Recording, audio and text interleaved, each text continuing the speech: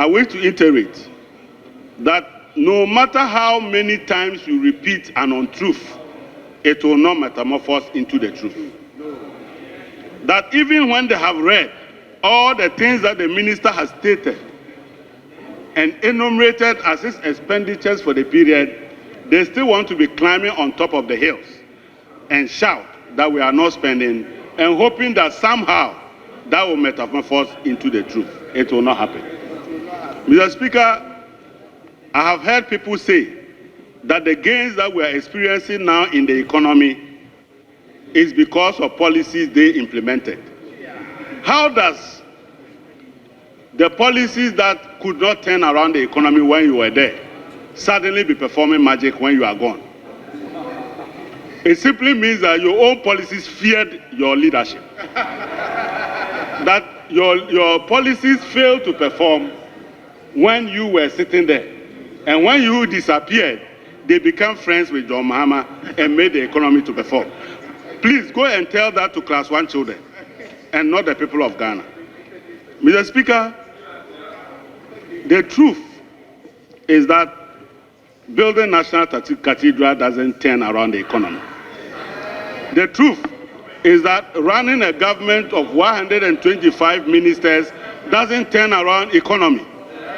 The truth is that when you print 80 billion Ghana cedis as if you are a Yahoo boy, it doesn't turn around the economy. It is concrete policies that turn around the economy. And we are demonstrating that we don't need to be doing very big slogans. What we are doing is that we are going back to the basics. We are going back to the basics that you refused, and you decided to cut your coat as if you were living in a king's paradise. No. Resources are limited, and they must be used judiciously. Mr. Speaker, when you have a government that within 7 months has moved your inflation from 23% now to 13.7%, you should begin trooping to the Minister of Finance to be learning from Honorable Atofo saying how he did that. When you have a minister in just a matter of 7 months or even less, move the exchange rate from where it was to where it is today, shouldn't you be going for tutorials? And here, instead of going for tutorials, you are busy holding press conferences.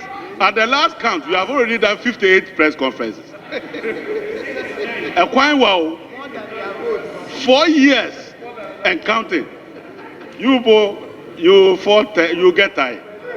But I want to tell you that consider what you see as a relationship between monetary policy and fiscal policy, which you fail to anchor.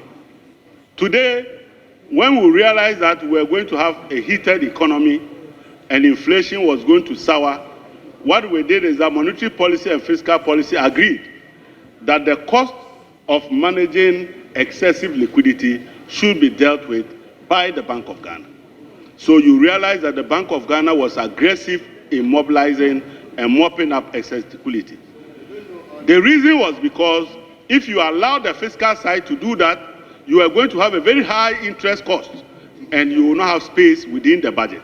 So you would have noticed that fiscal policy was borrowing at slightly lower rate so that we can contain it in the budget, whilst monetary policy was beginning to mop up the excess liquidity. Now we have come to a point where we believe that we must begin to tilt the balance so that monetary policy is solvent. In delivering monetary policy, you must be efficient in delivering monetary policy to stabilize prices. And what you do is to ensure that the revenues that you generate out of monetary policy are enough to meet the cost of delivering monetary policy. So today you will see that the Bank of Ghana is now borrowing on 56 days at a rate of less than 15%. What does that mean? It means that we are moving towards monetary policy at the Bank of Ghana.